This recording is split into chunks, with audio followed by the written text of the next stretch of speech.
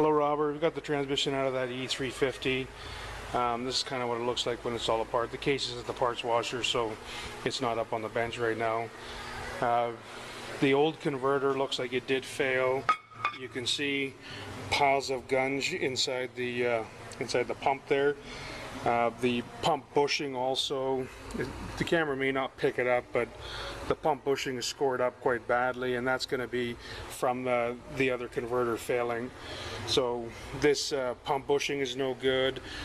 We have to measure the pump. It may be no good as well.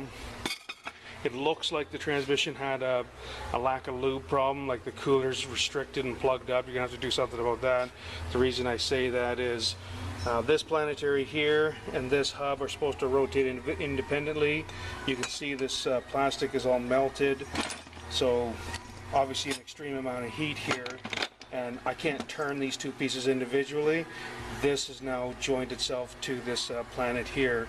So basically this transmission probably worked great in third gear, but that's about it, because when the forward clutch comes on here, it wouldn't have had reverse because this is actually all stuck together.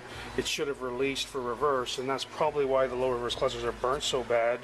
And you know, with a situation like this, it usually is going to be because the oil didn't go through the transmission properly in the lube circuit, and in the back of the transmission where the rear cooler line goes, the oil basically comes in here, and then it's going to travel its way through here and squirt out of these holes here, and then the front planetary is going to be out of this hole here. So the oil was being cut off there, and that's why this looks like that, and that's generally because the cooling system is plugged up. So if you don't do anything about it, this will probably happen again. We can put, you know, all kinds of new planets in it, but the oil has to get there for it to live.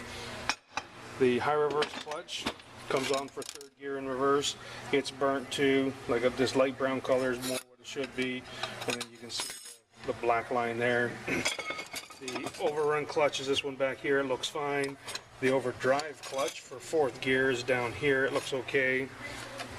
The band that comes on for second gear holdback, it's slipped badly, and you can see pieces are flaking off, so that's still related most likely to this failure here. I didn't take the forward clutch apart, but that's where these things here are, so this stuff is going to be no good. The intermediate clutch, what comes on for second gear, you can see this friction plate here. That's what it should look like, and these other ones are burnt, and you can see the leopard spotting on the steel plate. So this clutch has been slipping. Our low reverse, of course, is burnt to a crisp. Those clutches go over top of this drum here. The drum will be fine. The springs in the roller clutch here are probably going to have lost their tension, so we're going to have to change them as well.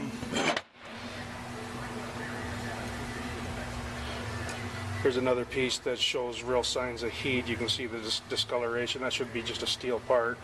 And the same thing on this reverse planet here. You can see how the aluminum is changed color like that. So of course it can be fixed. It's just going to take time and money.